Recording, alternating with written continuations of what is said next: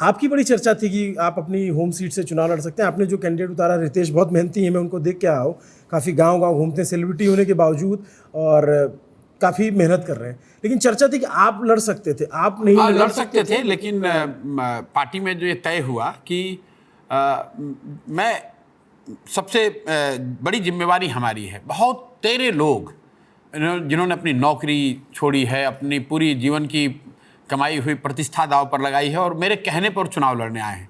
अब अगर जब वो चुनाव लड़ रहे हैं और मैं ही अपना चुनाव लड़ने चला जाऊं उनको छोड़कर, तो वो उचित नहीं होता। तो बहुत गहन विचार विमर्श के बाद ये तय हुआ कि अगर मैं कहीं भी चुनाव लड़ूंगा तो जो 2 दिन या 3 दिन भी मैं अपने लिए लगाऊंगा, उससे बेहतर है कि मैं वो समय उन लोगों के लिए लगाऊं जिन्होंने कि मेरे कहने पर, मेरे इस प्रयास को देखकर, इससे इंस्पायर्ड होकर अपना सब कुछ छोड़कर राजनीति में वो उतरे हैं। वो कई ज़्यादातर लोग तो ऐसे जिनका राजनीति से कोई सरोकार नहीं है। 70 साल की उम्र में, 72 साल की उम्र में उन्होंने कहा कि नहीं, अगर इतना बड़ा प्रयास हो रहा है तो मैं भी इसमें कंधा लगाऊंगा। आप भागलपुर के अभयकांत जी को देख लीजिए, जीवन भर उन्होंने लॉयर के तौर पर काम किया है। वाईबी गिरी को देख लीजिए, जो मांझी से चुनाव लड़ रहे हैं, यहाँ के हाईकोर्ट के सबसे बड़े वकील हैं। गोपालगंज में डॉक्टर साहब लड़ रहे हैं, वो वहाँ के सबसे बड़े डॉक्टर हैं। मुजफ्फरपुर में देख लीजिए, मोतिहारी में देख लीजिए, तमाम ऐसे लोग, लड़ाने का जिम्मा आप पे। तमाम ऐसे लोग जो कि किसी दूसरे प्रोफेशन में थे, अच्छी खासी उनकी जिंदगी चल रही थी। प्रशांत किशोर और जनसुराज के प्रयास को देखकर उन्होंने कहा नहीं, हमें भी इसमें कंधा लगाना चाहिए। अब इस वक्त अगर मैं उनको छोड़कर अपना चुनाव लड़ने एक दिन के लिए भी जाऊंगा तो कहीं ना कहीं वो सही नहीं होगा। तो मेरा चुनाव लड़ने का मन था, लेकिन पार्टी में जो शीर्ष नेतृत्व है, जो साथी हमारे हैं, सबसे विचार विमर्श किया गया और ये कहा गया कि नहीं, ये उचित नहीं होगा। तो सबसे ज्यादा कहाँ से मन था, करघर से लड़ने से या राघोपुर से? मतलब मेरा अपना मन तो राघोपुर से ही था और अगर लड़ते तो राघोपुर से ही लड़ते।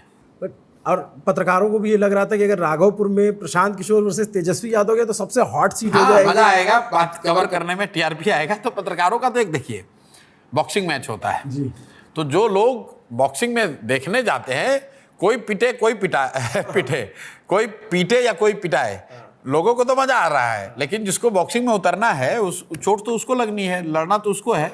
तो बिल्कुल वो लड़ाई भी आपको दिखेगी, आज नहीं तो कल, जब समय ऊपर वाले ने तय किया होगा तो वो लड़ाई भी दिखेगी। अच्छा, बहुत से जो बिहार के जानकार पत्रकार हैं, मैं बहुत अपने आप को जानकार नहीं मानता, मैं बिहार देख रहा हूँ, घूम रहा हूँ, गांव-गांव जा रहा हूँ, उनका ये कहना था कि राघोपुर से आप लड़ते तो आप बहुत बुरी तरीके से फंस जाते, क्योंकि एक तो आरजेडी वहाँ पे बहुत पहले से। एक चीज मैं आपको बताऊँ, ये वही पत्रकार हैं, वही एनालिस्ट हैं जिन्होंने कहा कि बिहार में प्रशांत किशोर आकर क्या कर लेंगे, यहाँ तो जगह ही नहीं है, यहाँ पर तो जाति की राजनीति होती है, प्रशांत किशोर को तो कोई पहचानेगा नहीं, पदयात्रा करने से क्या होगा, बिहार में कुछ नहीं बदलेगा। तो लोगों का अपना एक नज़रिया है, वो नज़रिया पीछे के एक्सपीरियंसेस पे बेस्ड है, वो फ्यूचरिस्टिक थिंकिंग को देखकर नहीं है। कोई भी चुनाव लड़िएगा तो मुकाबला होगा। तेजस्वी यादव यहाँ के अपने दल के बड़े नेता हैं, तो बिल्कुल लड़ाई होगी। क्या कभी किसी पत्रकार ने आपको बताया था कि स्मृति ईरानी आएंगे और राहुल गांधी को हरा देंगे अमेठी में? तो ये तो लोगों को पता थोड़ी ना होता है। बट ऐसा नहीं हो सकता था प्रशांत जी कि आप चुनाव लड़ते, जैसे अरविंद केजरीवाल, शीला दीक्षित सबसे बड़ी नेता, उनके खिलाफ लड़े। देखिए, दो बात है, अगर तेजस्वी यादव मुख्यमंत्री होते तो हर हालत में लड़ा जाता, चाहे कुछ भी हो, बिल्कुल, तब किसी भी तरह समय निकाला जाता, कोई लड़ाई होती। यहाँ पर एक और बात है कि अगर एक जो कंसिडरेशन और रहा है कि हम अगर वहाँ लड़ने जाते हैं तो अननेसेसरी उसको जातिगत रंग भी लोग देने की कोशिश करेंगे, और उस चक्कर में हम लोग पढ़ना नहीं चाहते हैं कि भाई पूरा नैरेटिव जो है वो शिक्षा और स्वास्थ्य से हटकर ये हो जाए कि अच्छा ये फलाने जाति के हैं, ये फलाने जाति के हैं, इसलिए इनको हराने ये राघोपुर गए हैं।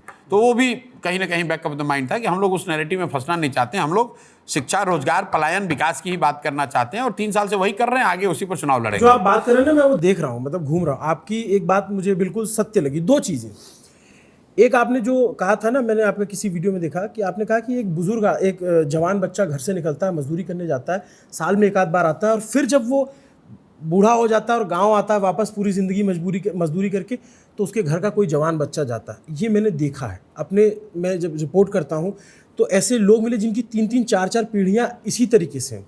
दूसरी बात, आप जो कहते हैं कि बिहार आंकड़ों से ज़्यादा हकीकत में गरीब है, और सच में गरीब है। मतलब संपन्नता जिनकी है उनके पास बहुत संपन्न है, विपन्नता जहाँ है वो अघोर विपन्नता है। मतलब मैं अपना अनुभवजन्य सवाल आपसे पूछ रहा हूँ।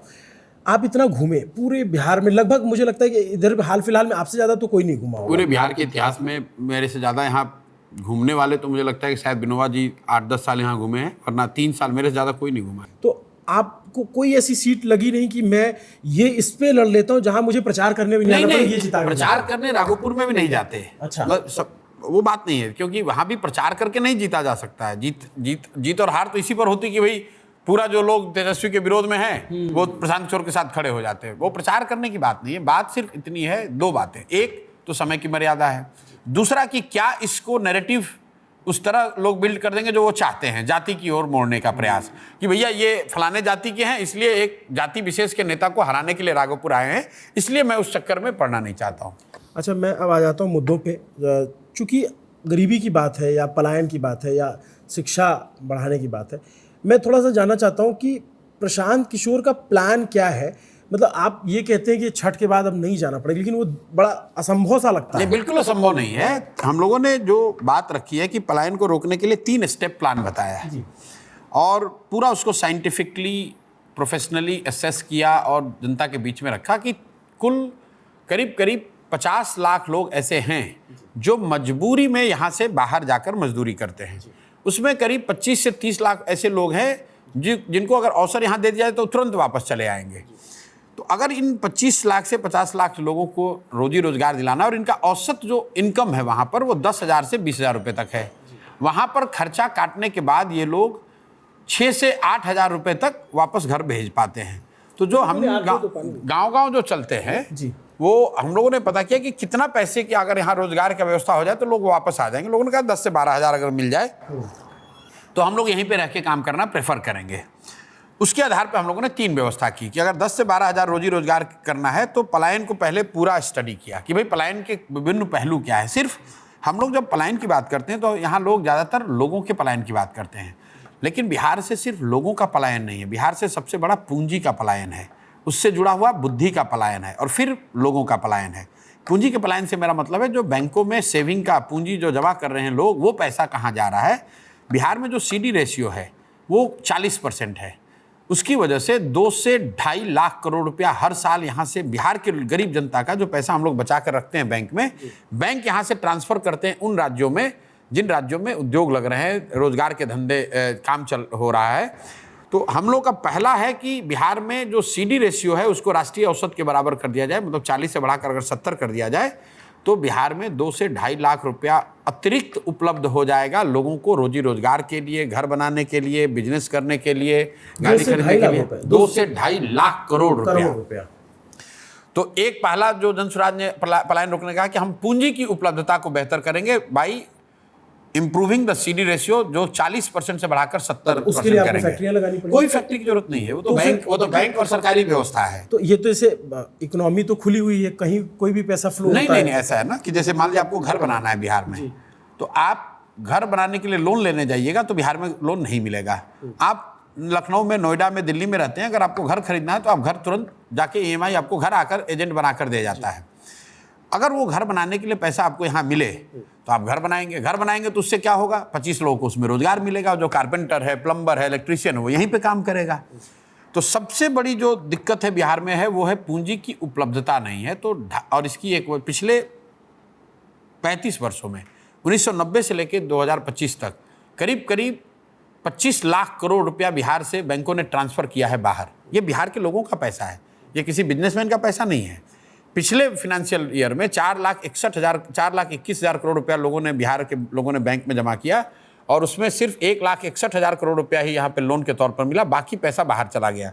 तो जनसुराज का पलायन रोकने का, रोजगार देने का पहला मंत्र यह है कि CD रेशियो को, बैंकों के साथ मिलकर CD रेशियो को सुधारा जाए ताकि हर वो व्यक्ति जो रोजी रोजगार करना चाहता है उसको ऋण उपलब्ध हो और 2 से 2.5 लाख करोड़ रुपया एक्स्ट्रा बिहार में उपलब्ध हो जाए। दूसरी बात हम लोगों ने कही कि जो कृषि आधारित माइग्रेशन है उसको रोकने के लिए जो लोग भी अभी यहाँ पर धान, गेहूँ, ज्वार, बाजरे, मकई की खेती कर रहे हैं उनको ये एक व्यवस्था लागू किया जाए कि अगर आप कैश क्रॉप की खेती करेंगे तो आपको मनरेगा के तहत मजदूर मुफ्त में मिलेगा। तो अगर आप देखेंगे गांव में जाकर यहाँ, तो जो धान की खेती कर रहा है और समझो लहसुन की खेती कर रहा है, दोनों में फ़र्क ये है कि उसको मजदूरी का खर्च बहुत ज़्यादा होता है। तो दूसरा हम लोगों ने स्कीम दिया कि मनरेगा को कृषि से जोड़ देंगे ताकि कृषि आधारित सारे मजदूर जो है वो बाहर ना जाकर यहीं पर मजदूरी उनको मिल जाए।